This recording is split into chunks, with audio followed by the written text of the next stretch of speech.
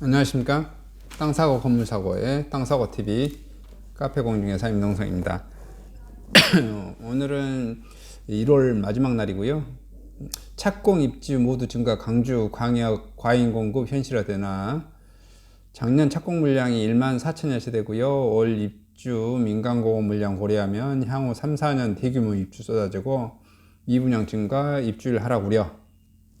강주 지역 아파트 공급 과잉 우려가 현실화되고 있습니다. 올해만 1만 4천여 세대 입주할 예정인 가운데 지난해 착공 물량이 1만 4천여 세대고요. 21년에서 22년 사이 공급되고 그 이후 1만 3천 세대 민간 공업 물량까지 한꺼번에 쏟아질 경우로 전망되기 때문에 이에 미분양 증가와 입주율 집가 하락 등 지역주택 시장 침체가 더욱 심각해질 것으로 지적이 나오고 있고요. 국토교통부가 발표한 19년 전국 주택건설 실적에 따르면 정부의 부동산 시장에 대한 잇따른 규제가 강화되면서 전국의 주택 인허가 실적은 모두 48만 7,975세대로 전년 동기 대비 약 11% 감소했습니다. 전국 주택 착공 실적은 47만 8,949세대로 전년 동기 대비 47만 760세대에 비해 1.8% 증가했고요.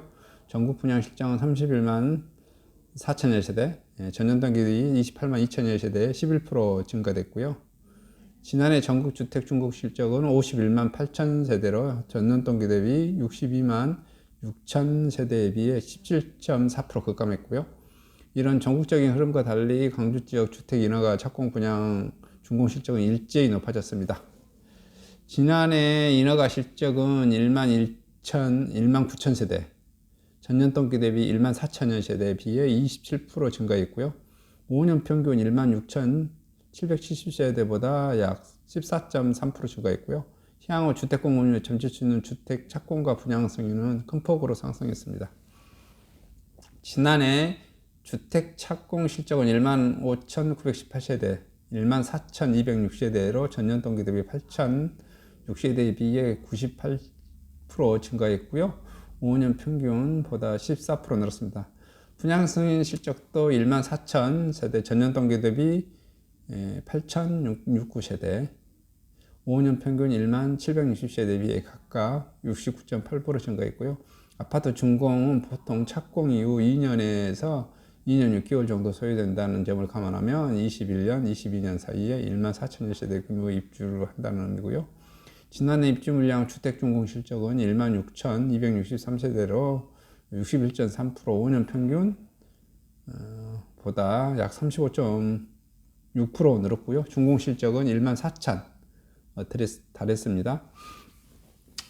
사랑방 부동산에 의하면 올해 강주 지역 아파트 입주 물량은 8개 단지 1만 3,893세대 짓게 되고요. 입주 물량보다 소폭 줄어든 수치지만 최근 5년 평균 입주 물량에 비해서는 23% 증가했습니다. 여기에 23년, 24년에 민간공원 개발에 따른 1만 2,700세대의 아파트 입주 물량까지 쏟아질 경우 강주 아파트 공급 폭탄이 될 수도 있다는 분석이 나오고 있습니다.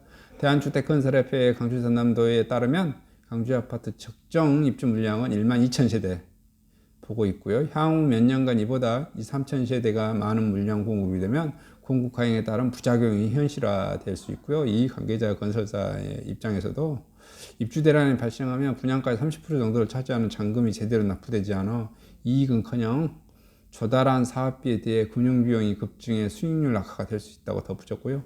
전문가들은 현재 강주 지역의 오래된 아파트 매매가 또 끊기고 가격도 떨어지고 있는 상황인데 향후 몇 년간 1만 5천 세대의 입주 물량이 나오면 지역 주택 시장이 더욱 침체될 수 있다고 전망하고 있습니다. 강주 지역 재개발 재건축 문체 맞는 무대기 적발, 강주 지역에서 무분별한 재건축 재개발의 우려가 높다는 기운에 일부 정비사업조합의 시공이나 용역 회계 처리에 대해서 부적절한 운영이 무더기로 적발됐어요. 이게 제가 계속 말씀드린 거죠. 지역주택조합 같은 경우는 이게 문제가 많다. 알 수가 없어요. 알 수가 없는 게 좀 불안하죠. 이게 공인중개 사업들이 한 7, 80%는 이게 적극적으로 권해드리를 못해요. 알 수가 없어서. 강주시가 국토교통부 자치구가 지난해 11월부터 합동점검 실시한 결과 시공 및 용역계약 분야가 71건, 조합행정 분야가 25건, 자금 운영 회계처리 분야가 40건, 정비 사업 분야가 4건, 정보 공개 분야가 16건 적발됐어요. 이렇게 법을 뭐 수십 가지에 지키지 않는 것들을 뭐 수백 가지가 지적당했겠죠. 근데 가장 중요한 것은 투자자나 분양자 입장에서는, 수분양자 입장에서는 그들이 법을 지킨지 안 지킨지 그것은 둘째 문제고, 내 재산이 그냥 정확히 지켜졌냐 안 지켜졌냐 그게 제일 중요하죠. 내 재산이 손실이 났나 안 났나, 그리고 그냥 이익이 되나 안 되나, 그게 뭐 가장 중요합니다. 예를 들어서 일반 분양 아파트 같은 경우도 그러죠. 뭐 하자 조금 났을지라도 아파트 가격이 많이 오르면 어떻게 해야 되죠? 별로 그거 하자 냈다고 뭐 이렇게 입주민들이 항의하지도 않아요. 물론 항의는 하는데 조용히 항의하죠. 조용히 그냥 수리를 받기를 원하죠.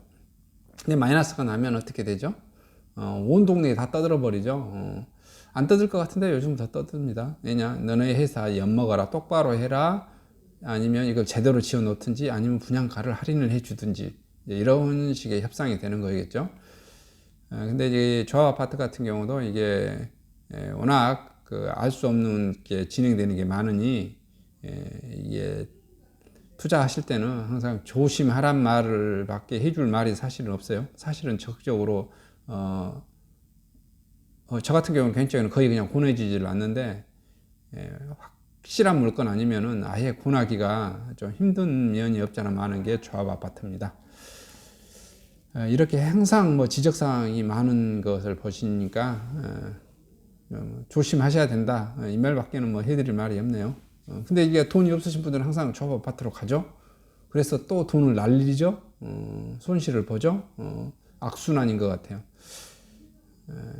그래서 좀 우리 일상생활에도 그런 말이 있는 것 같아요. 싼 게 비지떡이다. 이게 처음부터 그냥 좋은 물건을 골라서 좋은 것을 가져가시는 게 좋다라는 말씀 그냥 해드리고 싶습니다. 이상 영상을 마치도록 하겠습니다. 감사합니다.